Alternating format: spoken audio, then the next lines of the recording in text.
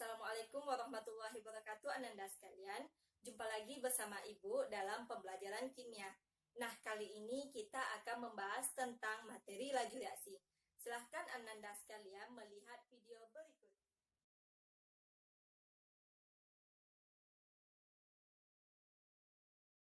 Bagaimana suatu reaksi kimia dapat terjadi? Reaksi kimia dapat terjadi karena adanya tumbukan antar partikel-partikel bereaksi. Apa itu tumbukan? Tumbukan adalah peristiwa tabrakan antara dua benda karena adanya gerakan. Tumbukan dalam kehidupan sehari-hari dapat kita analogikan seperti peristiwa tabrakan mobil, peristiwa tabrakan antara bola biliar, dan peristiwa tabrakan antara bola bowling dan pin bowling.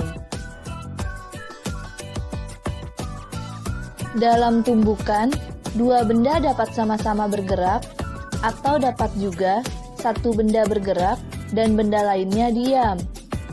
Dalam reaksi kimia, tumbukan adalah peristiwa tabrakan antara partikel-partikel bereaksi untuk menghasilkan produk.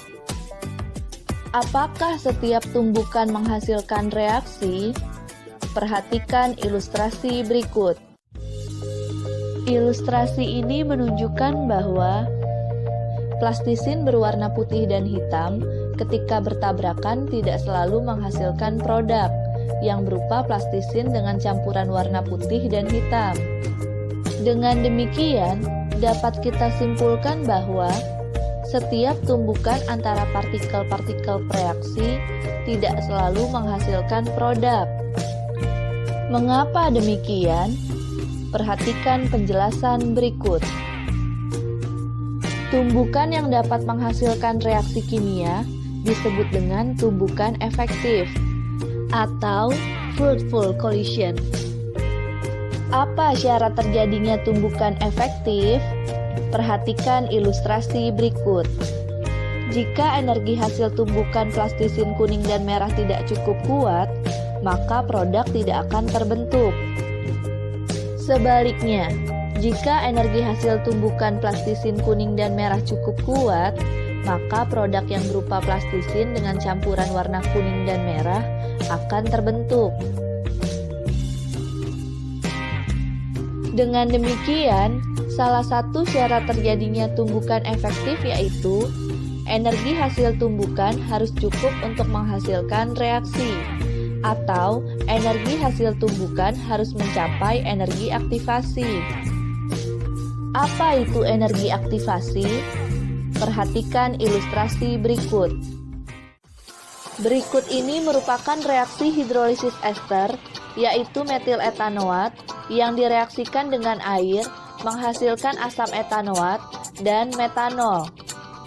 Reaksi ini membutuhkan sejumlah energi untuk mencapai keadaan pada puncak kurva, yaitu keadaan di mana molekul-molekul bereaksi, yaitu metil etanoat dan air, bergabung, membentuk kompleks teraktivasi.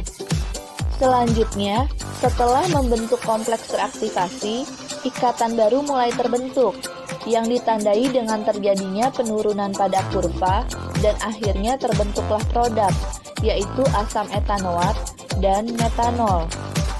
Energi aktivasi pada reaksi ini dapat kita ilustrasikan sebagai besarnya energi yang dibutuhkan untuk mencapai keadaan pada puncak kurva. Dengan demikian, dapat disimpulkan bahwa energi aktivasi adalah energi minimum yang dibutuhkan agar suatu reaksi dapat terjadi. Semakin kecil energi aktivasi, maka reaksi akan semakin cepat berlangsung. Berikut ini merupakan contoh diagram energi pada reaksi endoterm.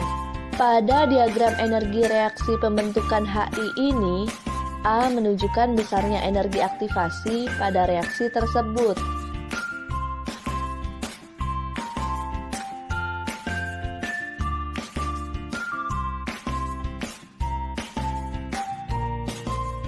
Sedangkan B menunjukkan besarnya perubahan entalpi pada reaksi tersebut. Perubahan entalpi pada reaksi endoterm bernilai positif karena entalpi produk lebih besar dibandingkan entalpi reaktan. Sedangkan diagram energi pada reaksi eksoterm dapat diilustrasikan sebagai berikut. Pada diagram energi reaksi pembentukan NH3 ini, A menunjukkan besarnya energi aktivasi pada reaksi tersebut.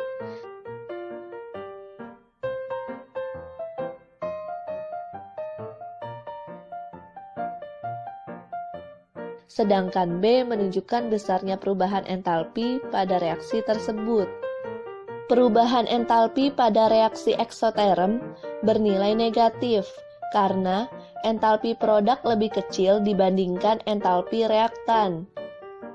Berdasarkan kedua ilustrasi tersebut, maka dapat diketahui bahwa reaksi eksoterm akan lebih cepat berlangsung dibandingkan reaksi endoterm karena memiliki energi aktivasi yang lebih kecil. Selain itu, terdapat pula syarat lain agar suatu tumbukan efektif dapat terjadi. Ilustrasi ini menunjukkan bahwa untuk menghasilkan produk, maka partikel-partikel reaksi harus bertumbukan dengan arah atau orientasi yang tepat.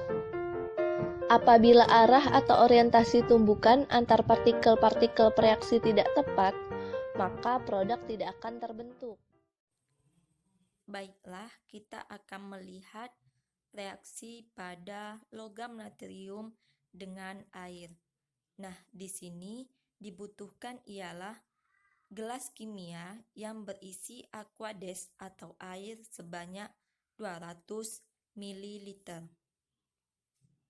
Di sini kita akan melihat bagaimana reaksi ketika logam natrium dimasukkan ke dalam air.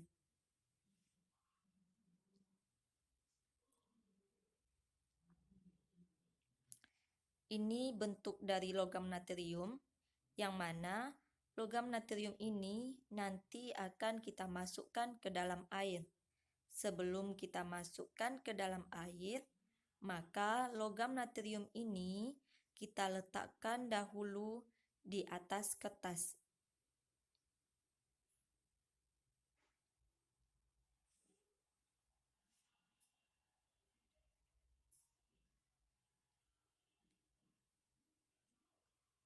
Setelah itu, kertasnya dilipat.